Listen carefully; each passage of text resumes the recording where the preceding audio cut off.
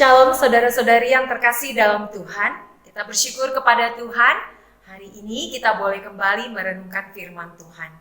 Judul renungan kita hari ini, melayani orang-orang yang berkekurangan. Saudaraku, orang Kristen dipanggil untuk melayani Tuhan. Salah satu bentuk pelayanannya adalah dengan memperhatikan orang-orang yang berkekurangan, orang-orang miskin. Namun sayang sekali, pelayanan terhadap orang-orang berkekurangan tidaklah favorit di lingkungan orang Kristen. Mengapa? Karena pelayanan ini membutuhkan pengorbanan harta, uang, dan tidak terlihat oleh orang-orang.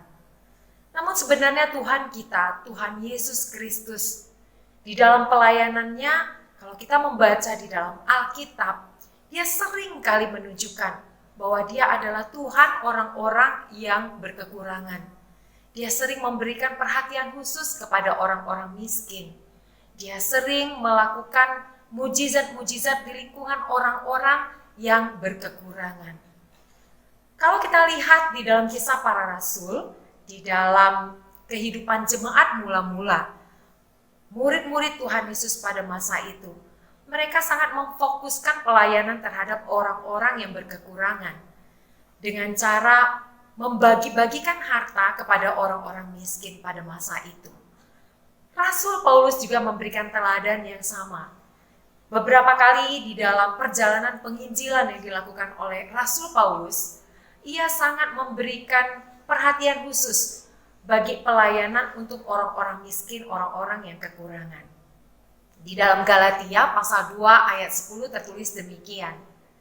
Hanya kami harus tetap mengingat orang-orang miskin, dan memang itulah yang sungguh-sungguh kuusahakan melakukannya.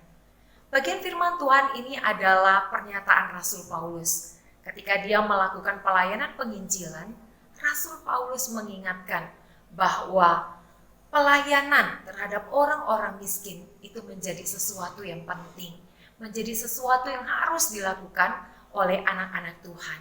Bahkan Rasul Paulus pernah mengajak jemaat untuk menggalang dana, membantu jemaat di Yerusalem yang mengalami kesulitan secara materi.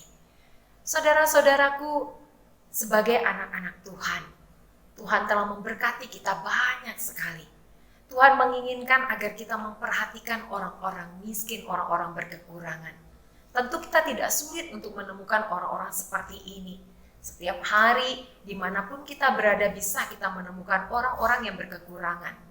Dan bisa jadi anggota keluarga terdekat kita adalah salah satu dari orang-orang yang kekurangan. Kita bisa memberikan perhatian kepada mereka.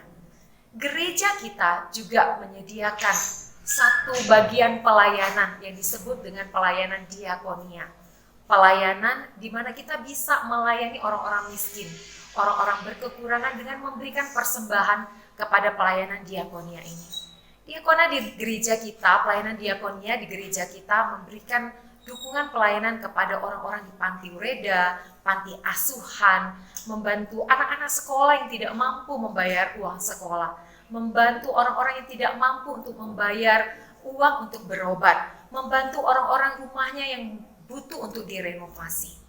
Kalau saudara mau melayani Tuhan dengan memperhatikan orang-orang miskin, mari kita memberikan persembahan melalui Departemen Diakonia ini.